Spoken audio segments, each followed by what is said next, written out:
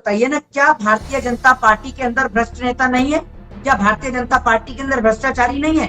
300 plus का बहुमत है। और ये मेरी बयान नहीं है, ये बयान खुद भारतीय जनता पार्टी के नेता दिनेश खटीक का बयान है। जितना भी आपका पीएम केयर फंड है, एक बार आप उसको पब्लिकली कर दीजिए, पता चल जाएगा आपके फंड में आने के बाद क्या काला धन व्हाइट हो जाता है। मोदी जी पूरे विश्व का दौरा करिए, एक इन्वेस्टर भारत देश में नहीं आता है। इस सवाल का आपके पास कोई जवाब है? जब पटना में जाते हैं जेपी नड्डा तो छात्र क्यों नहीं घुसने देते हैं कॉलेज में? सवाल का जवाब दीजिए ना। किसी की जबान को आप कट करवा देते हैं या किसी का रोड एक्सीडेंट करवा देते हैं, नहीं तो आप किसी को जेल में उठवा के बंद करवा देते हैं। अब तक के पत्रकार शंभू सिंह जो है वो आरएसएस में ज्वाइन करते हैं। नमस्कार, मैं शंभू कुमार सिंह। मेरे साथ हैं कट्टर हिंदू मोहित शर्मा।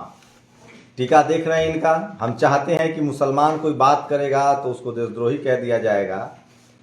तो मैं लगातार आपको कह रहा हूं कि मोहित शर्मा जनता के प्रवक्ता होने का दावा करते हैं और उनका कहना है कि मोदी जी की जब से सरकार आई है तब से देश की हालत खराब हुई है, अर्थव्यवस्था बिगड़ी है। जबकि टीवी अखबार कह रहा है कि सरकार जो है वो शानदार काम कर रही है और लोग मजे ले रहे हैं।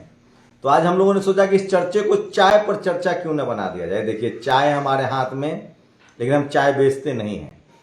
मोहित शर्मा जी, आप इतना बढ़िया चाय पी रहे हैं और आप कह रहे हैं कि महंगाई है।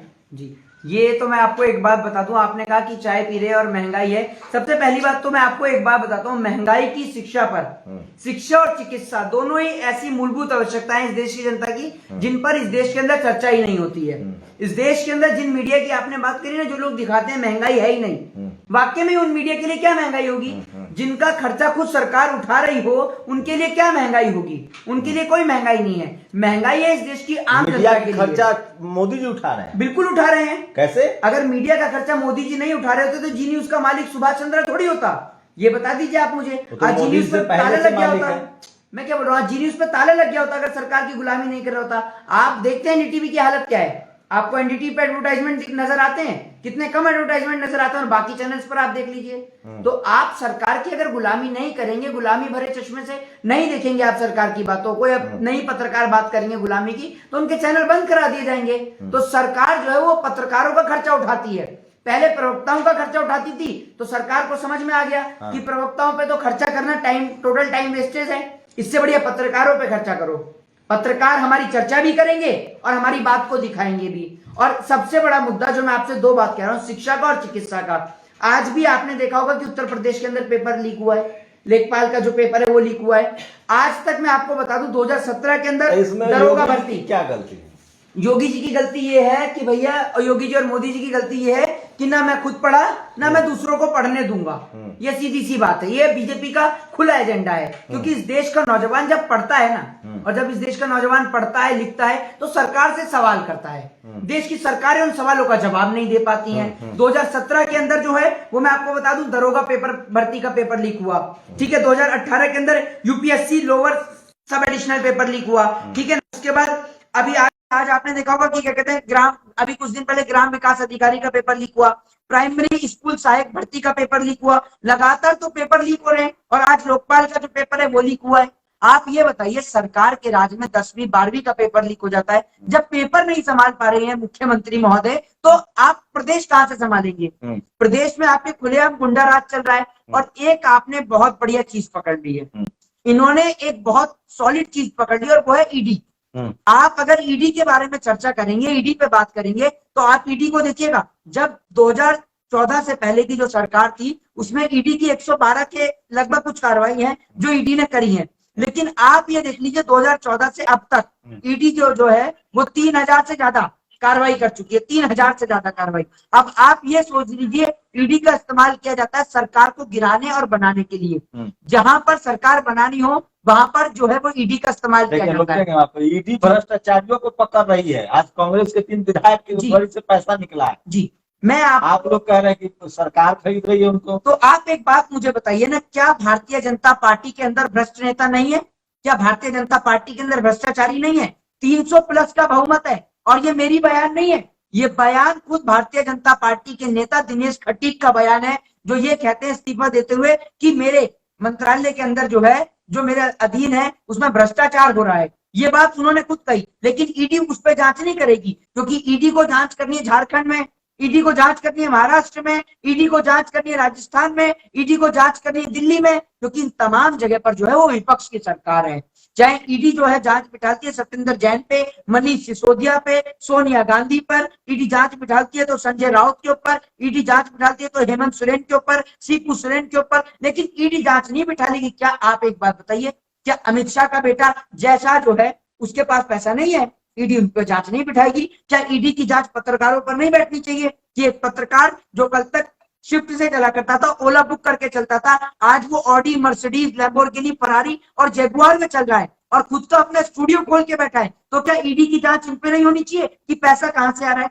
आप जितना भी आपका पीएम केयर फंड है, एक बार आप उसको पब्लिकली कर दीजिए, पता चल जाएगा आपके फंड में आने के बाद क्या काला धन व्हाइट हो जाता है।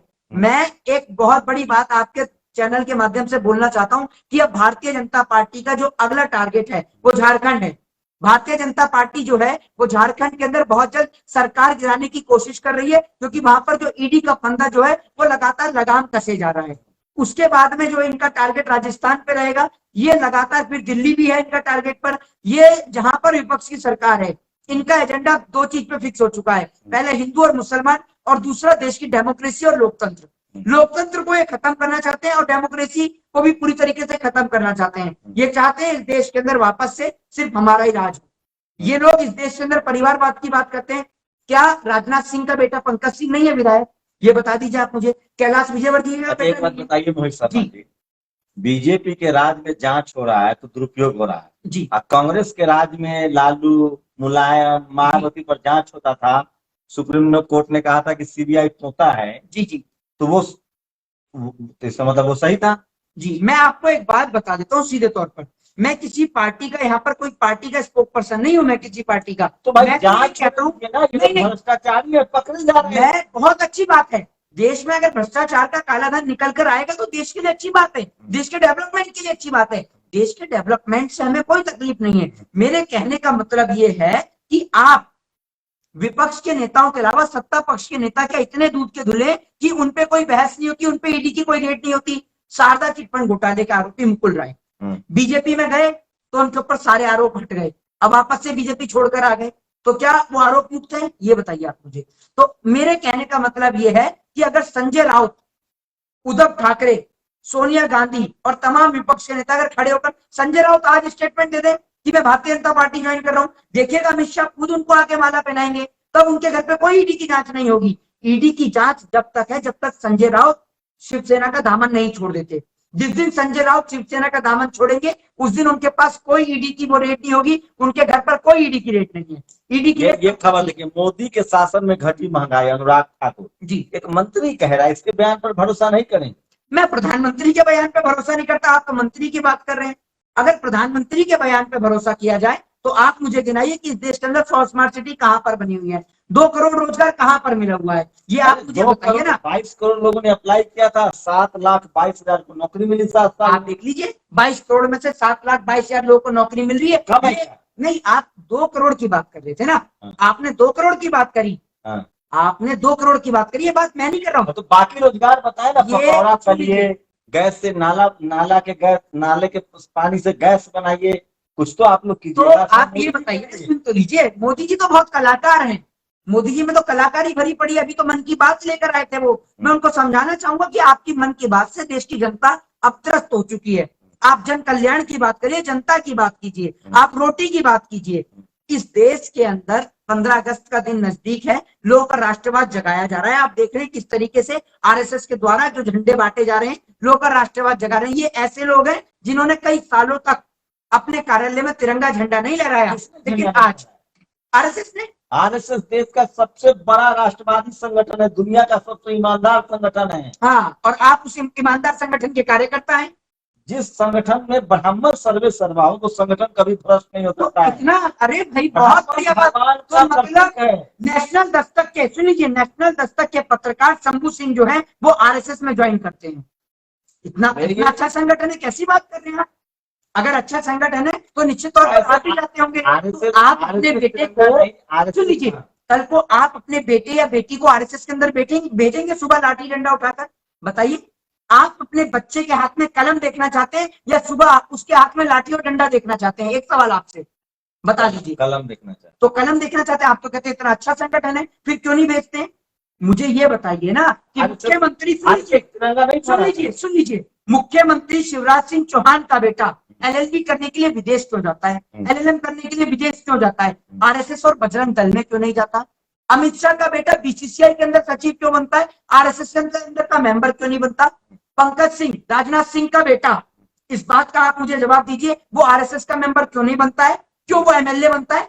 ये बताइए ना आप मुझे। मतलब सड़क पे खून बहाने के लिए इस देश का गरीब है, ठीक है ना, और बड़ी बड़ी कुर्सियों पर राज करने के लिए, विदेशी यात्रा करने के लिए नेताओं का बेटा है। कौन से स्कूल से पढ़ के आए सर आप? संजय राउत की गिरफ्तारी हो सकती है जी, गिरफ्तारी। जो कांवड़ ले जा रहा है उससे बेवकूफ है।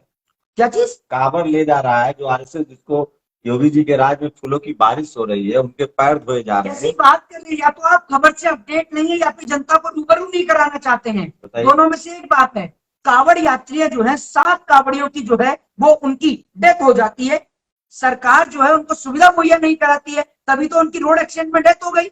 इस सवाल का जवाब दीजिए। और वो लोग रहने वाले मध्य प्रदेश के थे, हिंदुओं की तो सरकार है, एक ट्वीट कर देते कांवड़ ले जाने वाले तो हिंदू है, कोई मुसलमान तो नहीं था, जो आपसे ट्वीट भी नहीं किया गया, आप ट्वीट नहीं करते। तो आप ये बताइए ना, अगर सुन लीजिए एक झूठ बताइए, आप 10 पूछिए, एक बताइए, 10 पूछिए, आप एक में क्या मजा है? 2 करोड़ रोजगार सबसे बड़ा झूठ है, इससे बड़ा झूठ है क्या कोई? 100 स्मार्ट सिटी, इससे बड़ा कोई झूठ है क्या?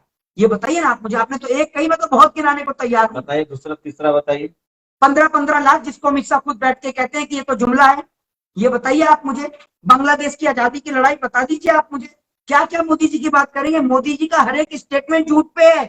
ये सरकार झूठ के पुलिंदा पे चढ़ी हुई है। अगर सरकार झूठ पे नहीं चल रही होती, आप एक बात मुझे बताइए, इस देश का हिंदू कहां से आपको खतरे में नजर आ रहा है? ये बताइए ना आप मुझे। कैसे नहीं खतरा नहीं? अरे भैया, अगर खतरे में है, जब सुन लीजिए एक बात, आपके चैनल पे ओपन बैठ के बोल रहा हूँ, बीजेपी सत्ता में है तो हिंदुओं का खून बहाया जाता है, क्योंकि बीजेपी के सत्ता में आने का रास्ता जो है वो हिंदुओं की लाशों से होकर जाता है। जितना हिंदू मरेगा उतना बीजेपी को वोट पड़ेगा, क्योंकि ये पता नहीं चलता है। आप बताइए। कमलेश तिवारी की हत्या, कमलेश तिवारी की हत्या, हाथरस में बेटी के साथ बलात्कार, उसको पेट्रोल डाल के जला दिया गया, आपने देखा ना किस तरीके से? बता दीजिए आप मुझे। नहीं हो रहा? ये हिंदू नहीं था कि कमलेश तिवारी? हाथरस में जिस बेटी को जलाया गया वो हिंदू नहीं थी? इस सवाल का आप मुझे जवाब दीजिए। ये बताइए आप मुझे। यहाँ पर गाजियाबाद के अंदर एक परिवार को कुल्हाड़ी से काट के मार दिया गया, गौरी लंकेश जैसे पत्रकार की हत्या कर दी जाती है इस देश के अंदर, क्या वो हिंदू नहीं है?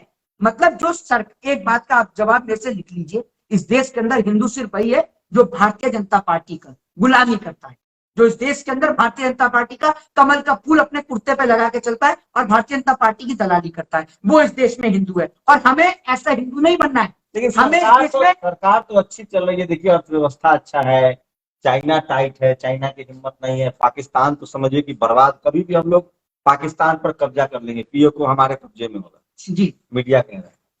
ये आप ये बताइए, मेरे को लगता है कि एक तो थे मुंगेरी लाल के हसीन सपने, उसके बाद है नरेंद्र मोदी जी के हसीन सपने, अब आप दिखा रहे हैं नेशनल दस्तक के हसीन सपने। ये हसीन सपने दिखाकर कब तक इस देश की जनता का पागल बनाएंगे? मुझे ये बताइए आप, मुझे कब तक पागल बनाएंगे?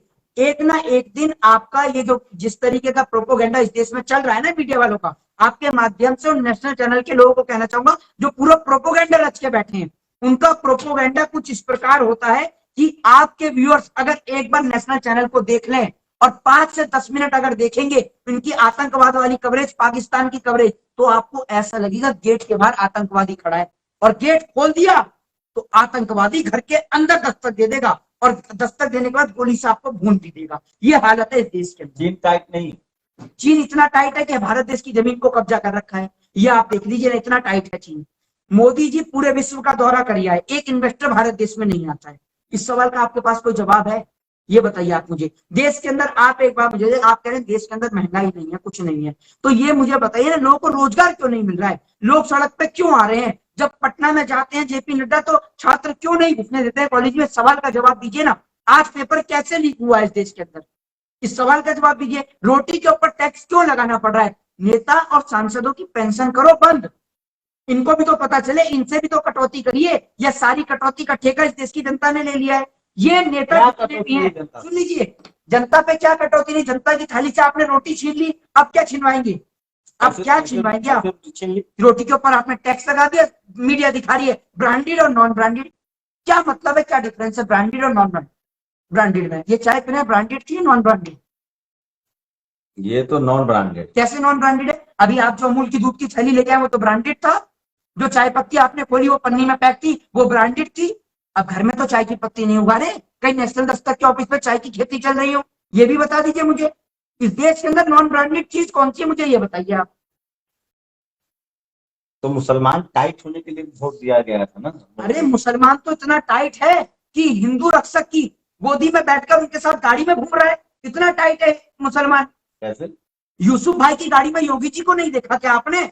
अगर यूसुफ भाई की गाड़ी में योगी जी को नहीं देखा तो आपने कुछ नहीं देखा। जिस तरीके से आगरा का ताजमहल, आगरा जाकर आगरा का ताजमहल नहीं देखा आपने, दिल्ली में आकर दिल्ली का लाल किला नहीं देखा आपने, ठीक उसी तरीके से अगर आपने लुलु मॉल की तस्वीर नहीं देखी योगी जी के साथ तो आपने कुछ नहीं देखा। फिर तो आपने भी अपनी आंखों पर गुलामी की जो है पट्टियां बांध रखी हैं।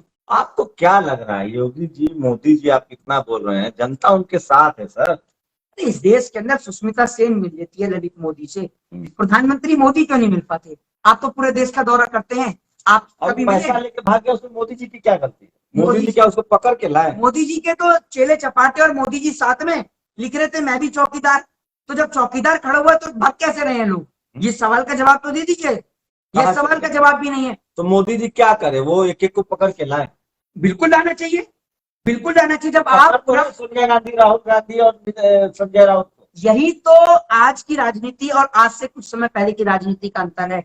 आज से कुछ समय की जब आप राजनीति को देखेंगे तो राजनीति ऐसी हुआ करती थी कि इलाज कराने के लिए विपक्ष के नेताओं को विदेश भेजा जाता था, और आज बूढ़े नेताओं को ईडी की कस्टडी में खड़ा करा जाता है। यही अंतर है, देख लीजिएगा दोनों में अंतर। और यही कारण था, यही तो ईमानदार प्रधानमंत्री की पहचान है कि सबको एक बराबर सजा, बूढ़ा हो या जवान। हाँ, तो मोदी जी दूध के धुले हैं। आप ये मुझे बताइए, सुन लीजिए, इस सवाल का मुझे आप जवाब दीजिएगा। देश के गृह मंत्री तड़ीपार थे, आज सरकार में आए तो भले ही क्लीन चिट रहे, ठीक है ना। मुख्यमंत्री के ऊपर अपराधी मुकदमे थे, आज भले ही क्लीन चिट मिल जाए। सत्ता में आप भी आ जाइए, आपको भी क्लीन चिट मिल जाएगी अगर आपके ऊपर कोई मुकदमा चल रहा है। मैं आपसे ओपन ये दोबारा बात रिपीट करूंगा, अगर संजय राउत को ईडी से बचना है तो बस वो एक बार ये बोल दें कि मैं बीजेपी के पक्ष में जा रहा हूँ।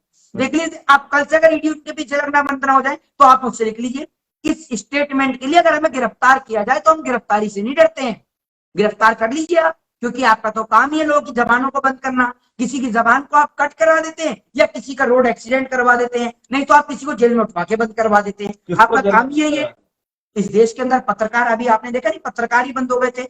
पत्रकारों के साथ तो जिस तरीके की निर्लज्जता होती है, ये तो आपको पत्रकार होते हुए खुद सोचना चाहिए। मध्य प्रदेश के अंदर पत्रकारों को निर्वस्त्र किया जाता है, तब आपको सोचना चाहिए। इस देश के अंदर एक पत्रकार को उठाकर जेल में बंद कर दिया जाता है, आपको सोचना चाहिए। किसान आंदोलन की कवरेज करने वाले पत्रकारों को जेल में बंद किया जाता है, ये बात आपको सोचनी चाहिए कि पत्रकारिता क्या सुरक्षित है, ये आप मुझे बता दीजिए। लेकिन आप एक बार बताइए मोहित जी, महंगाई है, भ्रष्टाचार है, बेरोजगारी है, कहाँ इस देश की जनता कुछ सड़क पर उतर रही है? कुछ आप जैसे लोग हैं जो राजनीति कर रहे हैं सिर्फ। देखिए सर, पूरे देश के अंदर, सुनिए, पूरे देश के अंदर अगर आप धारा 144 लगा देंगे और उसके बाद आप कहेंगे जनता को जो आप उतरने की परमिशन नहीं देंगे। एक वीडियो मैं आपके सामने दिखाना चाहता हूं, ये वीडियो आप ये देखिएगा, ये वीडियो हाल है इस देश की मीडिया का। ये वीडियो पहले आपके सामने प्ले करूंगा और आपके तमाम दर्शकों को दिखाना चाहता हूं। ये देश की मीडिया की हालत है कि मीडिया का कार्यक्रम कुछ इस प्रकार से चलता है, देखिए, ये देखिए, ये वीडियो आप एक बार देख लीजिए। क्या है ये शेर आ रहा है टीवी में से निकल के, तो ऐसा मीडिया खौफ पैदा कर देती है कि शेर हकीकत में बाहर निकल के आ जाएगा, तो ये मीडिया का खौफ है। इस देश के अंदर सरकार बनाने का जो श्रेय जाता है वो सिर्फ इस देश की मीडिया को जाता है। इस देश के अंदर जितना, इस देश के अंदर लोगों ने अपना स्तर नहीं गिरा, आज से कुछ दिन बाद 15 अगस्त आने वाले हैं, ठीक है ना, मुश्किल से 15 से 16 दिन ही बचे हैं, 16 से 17 दिन बचे हुए हैं 15 अगस्त के। आप ये सोचिए कि देश की आजादी का वो उत्सव जिसके लिए देश की कितनी माओं ने अपने बच्चों का सर्वोच्च न्यौछावर कर दिया, तो क्या देश के नहीं किया? सुन लीजिए, कुछ नहीं किया, माफी मांगिए, माफी मांगिए। कौन सी हिस्ट्री पढ़ते हैं आप, इंडियन हिस्ट्री पढ़ते हैं या किसी और देश का? नाम वीर सावरकर ऐसे ही पड़ गया। किसका? आप बीजेपी की दलाली करिए, अगर आपका नाम वीर शंभू ना रखा जाए तो आप मेरा नाम बदल दीजिए।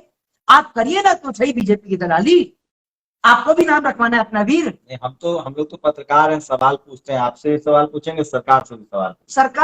सरकार से सवाल करिए ना, हमसे क्यों सवाल करेंगे। मैं आपको क्या लिखता हूँ, मेंबर लेजिस्लेटिव असेंबली लिख रहा हूँ, मैं आपको मेंबर ऑफ पार्लियामेंट लिख रहा हूँ। आप लोग जनता के, अरे सोशल एक्टिविस्ट हैं, जनता के प्रवक्ता हैं, आप लोग कह रहे हैं कि बहुत महंगाई तो है। आप हमसे सरकार की बात, हाँ महंगाई है, क्यों नहीं है महंगाई। कहाँ महंगाई है, 1000 रुपये सिलेंडर है, हाँ 100 रुपये पेट्रोल है, हाँ थोड़ा आटा का दाम बढ़ गया है, अच्छा, जनता एकदम खुश है। थोड़ा कितना, आखिर शेर पालेंगे तो राशन तो खिलाएंगे ना। ये शेर कहाँ पल रहा है, मुझे आज तक यही कॉन्सेप्ट समझ में नहीं आया कि शेर कौन है। शेर मोदी जी शेर है, 56 इंच का छाती है, शर्म आनी चाहिए, चाइना डर रहा है, शर्म आनी चाहिए, दुनिया में डंका बज रहा है, शर्म आनी चाहिए आपको, पाकिस्तान शर्म। थर थर कांप नहीं रहा नहीं है। नहीं नहीं, आप एक देश के प्रधानमंत्री की तुलना जानवर से करते हैं, ये मुझे बड़ा बुरा तर्क लगा। अरे शेर मतलब मजबूती का प्रतीक। नहीं नहीं नहीं नहीं, शेर तो जानवर को ही कहा जाता है। मैंने तो एक इंसान को वोट दिया था, देश की जो 33 करोड़ जनता ने एक इंसान को वोट दिया था, आप उसकी तुलना जानवर से करते हैं। तो आज मुझे समझ में आया कि देश की कंडीशन की हालत क्या है। क्या है जब कंडीशन की हालत बताइए। हालत डैमेज इसीलिए है कि आप कह रहे हैं कि एक जानवर को वोट दिया गया है, मतलब आप प्रधानमंत्री की तुलना जानवर से कहते हैं, आप शेर पाल है। मैं, पूरे देश की जनता ने इंसान को वोट दिया, कोई शेर चुनाव चिन्ह नहीं था, चुनाव चिन्ह कमल था और उसमें प्रधानमंत्री का चेहरा नरेंद्र मोदी थे, कोई शेर वेर नहीं था। तो ये बात तो आपको समझनी चाहिए, शेर को किसी ने वोट नहीं दिया। और अगर शेर पाल रखा है, कौन सा शेर पाल रखा है, शेर इतना डरपोक है कि चाइना तक जाने से घबराता है, चाइना का नाम लेने से डरता है, ऐसा शेर नहीं पालना है हमें। इससे बढ़िया हमारे देश के गीदड़ सही है, ठीक है ना, हमें शेर नहीं चाहिए इस देश के अंदर। कैसे कैसे कैसे कैसे प्रधानमंत्री जी नाम नहीं लेते हैं अभी। हाँ बता दीजिए, हाँ? बता दीजिए। अभी ज्यादा अगर कोई बात कर लेंगे ना और प्रधानमंत्री जी चाइना तक ये डिबेट पहुंच गई तो प्रधानमंत्री जी कल ही झूला झूल लेंगे चाइना के साथ में। आपने देखा नहीं झूला झूलते हुए, जब वो बिन बुलाए बिरयानी खाने जा सकते हैं। कहाँ बिरयानी खाने गए? पाकिस्तान में खाने नहीं गए क्या, आपको नहीं बुलाया था कवरेज के लिए। अरे मैं भूल गया था, सॉरी सॉरी सॉरी। पत्रकारों को तो घुसने भी नहीं दिया जाता विदेश में, पत्रकारों का किस तरीके से अपमान होता है आपने देखा नहीं है क्या। विदेशों में कैसे मोदी जी की कॉन्फ्रेंस में भी नहीं घुसने दिया जाता उनको, और इस तरीके से ऐसे करके ऑफिस से उनको जिस तरीके से निकाला जाता है, वो शायद भूल गए हैं पत्रकार। इस देश के अंदर जो पत्रकारों की जो इज्जत है ना, उसको इस तरीके से सरकार ने नीलाम किया है। लेकिन मैं हैट्स ऑफ करता हूं कुछ पत्रकारों को, और आप जैसे पत्रकार भी जो सच्चाई को दिखाते हैं। भले ही आपका उद्देश्य रहता है कि जनता की जो है जो आवाज जो है वो पहुंचे, इसीलिए आप उकसाने का भी काम करते हैं। लेकिन मैं एक बात आपको कहना चाहता हूं कि इस तरीके का सवाल, आज भाजपा के एक विधायक मंत्री ने कहा है बिहार में कि आप सभी जिंदा हैं तो मोदी जी की। हाँ, ये इनका विधायक का नाम कुछ राय साहब है, ये बेफिजूल की राय देते हैं, आपकी राय चाहिए नहीं है। ये तो इनका बस ये नहीं चल रहा कि ये भी कहते हैं कि सुबह शौचालय और वॉशरूम आप जाते हैं, ये भी मोदी जी की देन है। ना मोदी जी आपको राशन देते और ना आप सुबह शौचालय में जाते। ये ऐसे ऐसे मूर्ख नेता और मंत्री इस देश के अंदर हो गए। अभी पेपर लीक हुआ है, इनकी आवाज नहीं निकली पेपर लीक के मामले में, ऐसा लगा फेविकॉल टपक गया गले के अंदर तक, लेकिन आवाज नहीं निकलेगी। पेपर लीक पर चुप्पी साध लेंगे, लेकिन आप ये देख लीजिए तमाम चीजों पर इनकी राय निकलती है, मोदी जी की वजह से सब काम हो रहे हैं। अरे भैया आपके घर का खर्चा चल रहा है मोदी जी से, हमारा नहीं चल रहा। हमारी नजर में इस देश के नेता हमारे नौकर हैं और हम राजा हैं, हम वोट देते हैं, वो तो हमारे नौकर है। इस देश के नेता हमारे नौकर हैं, नौकर थे, हैं और रहेंगे। वो तो इस देश की जनता का दुर्भाग्य है कि नेताजी के गले में माला डालने के लिए पहुंचती है, वरना नेताजी से सवाल करने के लिए पहुंची है, माला डालने के लिए नहीं। क्या क्या लगता है मोहित, समझिए इस चीज को, क्या टीवी अखबार अंजना कश्यप, चित्रा त्रिपाठी, सुधीर चौधरी, अर्नब गोस्वामी जैसे बड़े पत्रकार हैं जी, ये लोग कह रहे हैं कि प्रधानमंत्री शानदार काम कर रहे हैं, और प्रधानमंत्री की आलोचना देश की आलोचना है, मोदी जी की आलोचना राष्ट्र की आलोचना है। मोदी मतलब भारत, भारत मतलब मोदी। कौन सा संविधान पढ़ते हैं आप? ये बाबा साहब भीमराव अंबेडकर का संविधान नहीं है, ये आपका अपना बनाया हुआ संविधान या बीजेपी का संविधान हो सकता है। इस देश का संविधान हमें राइट देता है इस देश के लीडरों से सवाल और जवाब करने का। आप लोकतंत्र में रहते हैं, कोई राजशाही या तानाशाह में नहीं रह रहे हैं आप। हमारा हक है, ये मेरा फंडामेंटल राइट है सरकार से सवाल करने का, राइट टू स्पीच का मेरा अधिकार है, ठीक है ना। और ये अधिकार मेरे से कोई नहीं छीन सकता। आपसे किसने कह दिया? मतलब मोदी से सवाल पूछना यानी राष्ट्र से सवाल पूछना, ये कैसे हो सकता है? कैसे हो सकता है ये? हम मोदी जी से सवाल करेंगे, और अपने राष्ट्र के लिए भी करेंगे। लेकिन मोदी जी, आप एक बात कहिए, मोदी जी पर इतने सारे मेम्स बनते हैं तो इसका मतलब क्या राष्ट्र पर मेम्स बनते? नहीं, राष्ट्र सर्वोपरि और देश की इज्जत हर एक व्यक्ति करता है। आपको लोगों से सर्टिफिकेट देने की या लेने की जरूरत नहीं है। इस देश की इज्जत इस देश का प्रत्येक नागरिक करता है और अपनी मां से ज्यादा अपनी भारत मां की रिस्पेक्ट करता है। लेकिन इस देश का दुर्भाग्य यह है कि इस देश के अंदर गीता रामायण को लेकर बात कर दी जाती है कि गीता और रामायण को सिलेबस में ऐड की जाए, लेकिन इस देश में इस चीज पर चर्चा नहीं होती है कि इस देश के अंदर कॉन्स्टिट्यूशन को 10th हो चाहे 12th हो, सब में ऐड किया जाना चाहिए, क्योंकि इस देश के अंदर कॉन्स्टिट्यूशन लोगों का लीगल राइट है। सिर्फ यही नहीं कि जो छात्र एलएलबी की पढ़ाई कर रहा है बस वही कॉन्स्टिट्यूशन को रीड करे। इस देश के अंदर हर एक व्यक्ति को अपना फंडामेंटल राइट जानने का हक और अधिकार है, और जब इस देश का नागरिक अपना फंडामेंटल राइट जान जाएगा ना, उस दिन वो सरकार से सवाल करने लगेगा, और उस दिन इस देश में हिंदू और मुसलमान पर नहीं, बेरोजगारी और महंगाई पर चर्चा होगी। मोदी जी के जो समर्थक है, मैं जब उनसे बात करता हूँ तो वो कहते हैं कि मोदी जी भारत को हिंदू राष्ट्र बनाना चाह रहे हैं, जिसमें ब्राह्मण सबसे ऊपर होगा, फिर क्षत्रिय होगा, फिर वैश्य होगा, फिर शूद्र होगा, फिर अछूत होगा, मनुस्मृति लागू की जाएगी, वर्ण व्यवस्था लागू की जाएगी, और मुसलमान इस देश से भगाए जाएंगे। अच्छा, अगर मुसलमान भगाए जाएंगे तो मुसलमान भगाए जाएंगे तो शाहनवाज हुसैन की टिकट तो कट चुकी होगी। टिकट कटी है या नहीं कटी है? टिकट का पैसा नहीं है तो बता दीजिएगा। सबसे पहले तो शाहनवाज हुसैन को भगाइए, मुख्तार अब्बास नकवी को भगाइए, पूजा नकवी को भगाइए, लाल कृष्ण आडवाणी, मुरली मनोहर जोशी, जो इतने सारे लोग जो मुसलमान दमाग लेकर बैठे हैं, इनका क्या होगा? और वसीम रिजवी हिंदू है या मुसलमान? इस सवाल का जवाब तो दे दीजिए। वसीम रिजवी है, जितेंद्र त्यागी है? इस सवाल का जवाब देंगे आप? उनकी तो घर वापसी हो गई है ना। तो वसीम रिजवी है, जितेंद्र त्यागी है? वसीम रिजवी है, जितेंद्र त्यागी है? आप तो जितेंद्र त्यागी हो गए। अच्छा, तो आप तो कह रहे हैं घर वापसी हो गई है। ये लोग कहाँ हैं? ये सब लोग असल में गायब हो चुके हैं, क्योंकि सरकार के द्वारा या पुलिस प्रशासन के द्वारा जहां जहां पर इन लोगों का ऑड और इवन सुझाया गया है, उसके बाद इन लोगों को इतनी तकलीफ है बैठने और उठने में कि लोग आज लापता और गायब हो चुके हैं। और देश के लोगों से निवेदन है कि चर्चा करनी हो तो महंगाई पे करिए, शिक्षा और चिकित्सा पे करिए, और बेरोजगारी पे करिए। बाकी इस देश के अंदर नफरत फैलाने के लिए बहुत सारे लोग घूम रहे हैं। नफरत नहीं, इस देश के अंदर प्यार फैलाइए। जय हिंद, जय भारत, वंदे मातरम। तो क्या नमस्कार, और मैं फिर कह रहा हूँ, आप लोग इस पेज पर थे, काफी संख्या में थे। क्या जो मोहित शर्मा जो सवाल पूछ रहे हैं, क्या सचमुच महंगाई से लोग परेशान हैं? क्या लग रहा है आप लोग को? एक बात तो है कि लगातार सरकार मीडिया को मॉनिटर कर रही है।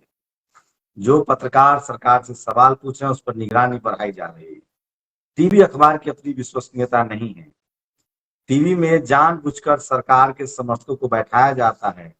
संसद में लगातार बातचीत नहीं हो रही है, कामकाज नहीं हो रहा है। सरकार, पहली बार ऐसा लग रहा है कि संसद में बात कराने, काम करने में रुचि नहीं है। संसद चाहती है सरकार कि सस्पेंड रहे। महंगाई पर कोई चर्चा के लिए सरकार तैयार नहीं। क्या आप लोग को सही में लगता है कि महंगाई एक बड़ा मुद्दा है, जो मोहित शर्मा जैसे लोग कह रहे हैं? एक बात की तो तारीफ करनी पड़ेगी कि इस सरकार से जो सवाल पूछ ले वही वीर बहादुर है, क्योंकि किसकी कब गिरफ्तारी होगी ये किसी को पता नहीं है। शुक्रिया मोहित शर्मा जी हमारे साथ जुड़ने के लिए। आपका और तो आपके तमाम दर्शकों का। इस वीडियो को देख सकते हैं, वहां भी हमें आप फॉलो कर सकते हैं, सब्सक्राइब कर सकते हैं, बेल आइकन की घंटी दबा सकते हैं। मैं बार बार कह रहा हूँ कि सोशल मीडिया आपको मौका देता है कि आप भी अपनी बात रख सकते हैं। शुक्रिया मोहित हमारे साथ जुड़ने के लिए।